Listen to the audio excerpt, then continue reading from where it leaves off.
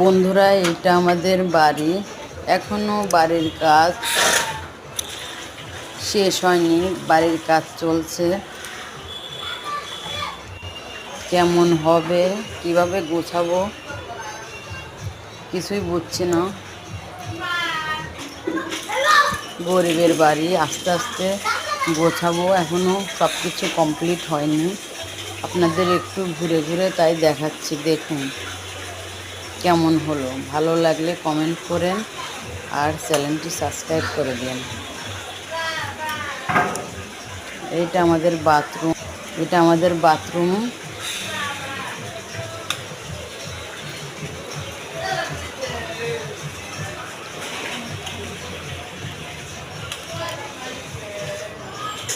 এই যে এটা আমার রান্নাঘর, দেখুন সবাই। এটা এখানে বেসিন আছে, ফ্রিজ, এই যে এখানে খাবার টেবিল আছে একটা।